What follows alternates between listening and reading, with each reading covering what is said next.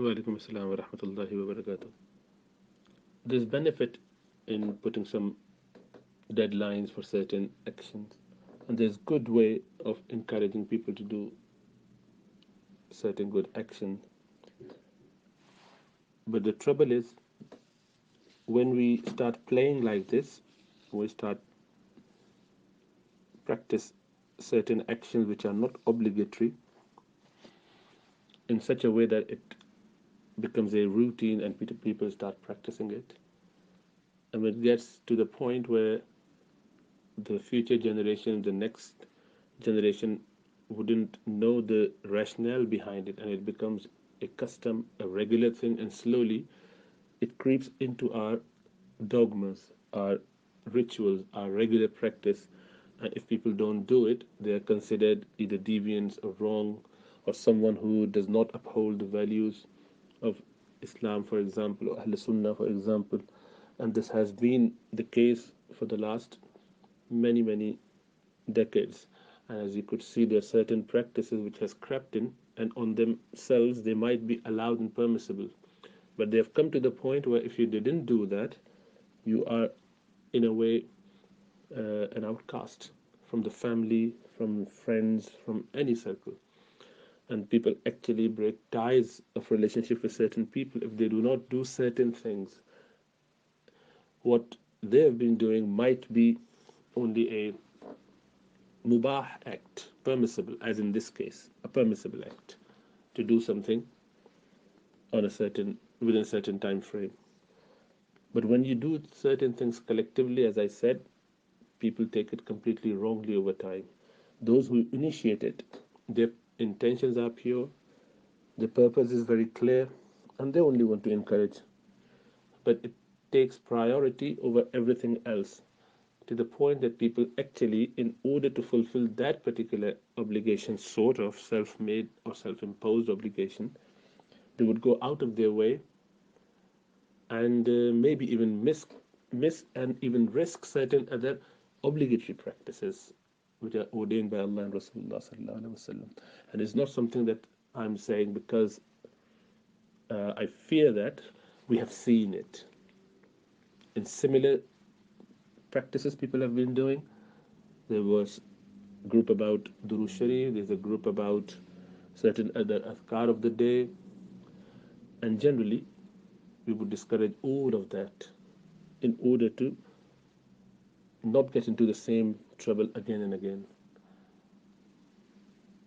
For nafil practices, Allah subhanahu wa ta'ala and Rasulullah sallallahu alaihi wasallam have left it open to everyone who wants to do whatever. Rasulullah sallallahu alaihi wasallam never gathered people. Sahaba wouldn't gather people to do certain nafli action. Fard, yes. Wajibat, yes, but not nafil. That is why there has been no incident in the life of Rasulullah sallallahu alaihi wasallam where he even gathered people for tahajjud. And that's very strange because every so often he would remind people. So Rasulullah sallam would say at times, and once he said to the companion, what a great man Abdullah ibn Umar anhu, which he prayed tahajjud. Now this is encouragement, and that's enough. Didn't go out of his way to tell him, to ask him to come and join him, just to get everyone into the. No. We can do that here and there, sparingly, rarely, sometimes, just to encourage, but that cannot be the binding force or the force that would keep people on the toes. Because initially, as I said, with all action, they look good, they appeal, they look fantastic, and people just love them. But it's only a matter of time when it becomes really a sort of regular practice, and people would not find it at all something new, and gradually it become the norm in such a way that going against would be considered deviance, rejecting it or not even practicing it would be considered a bad thing, and that creates new sect in Islam, and that is how new sects have been created. People will interpret things and take it to the extreme measures. Now, this particular action, as a mubah at the most, if done regularly with the intention, and gradually people make it somewhat, a must thing, it would become ibidah. So, in order to avoid that, we should refrain from such practice and never participate in such things. Rather, do it on your own. Yeah, if someone wanted to do that in home for a temporary period, just for encouragement, certain times, that's fine. Every so often, leaving some time and doing some time, but not to do it as if this has become a regular thing.